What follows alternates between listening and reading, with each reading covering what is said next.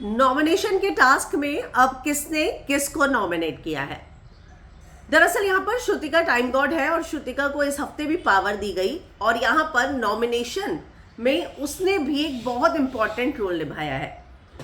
Big boss ने उसे power दी थी, क्रिसमस न्यू ईयर है तो कुछ गिफ्ट बॉक्स पड़े थे कि आपको घर वालों को गिफ्ट्स देने हैं, तो उसने चुम करणवीर को 5-5 गिफ्ट दिए, 30 गिफ्ट बॉक्स थे।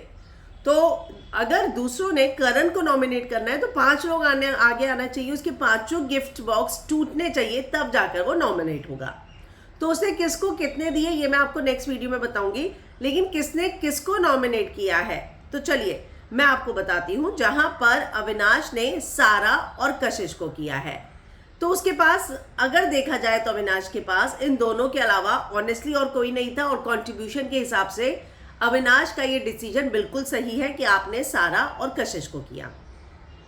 करण ने ईशा और सारा को किया है, तो यहां पर करण उस ग्रुप से ईशा को नॉमिनेट करते हुए और सारा को किया है। फेयर इनफ, आपको पता है कि अगर सारा कशिश आ जाएगी तो वो मतलब घर में बाकी लोगों का फिर भी थोड़ा कंट्रीब्यूशन है। अविनाश का मैं सोच रही थी कि वो चाहत को भी कर सकता था, पर उसने सारा कशिश किया है।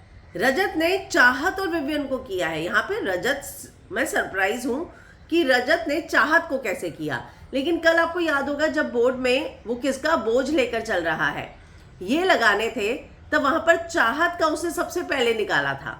तो वो इस बात को लेकर क्लियर था कि अब घर के अंदर इक्वेशंस ऐसी आ गई हैं, उसके लिए तो सारा प्रेफरेंस है ही।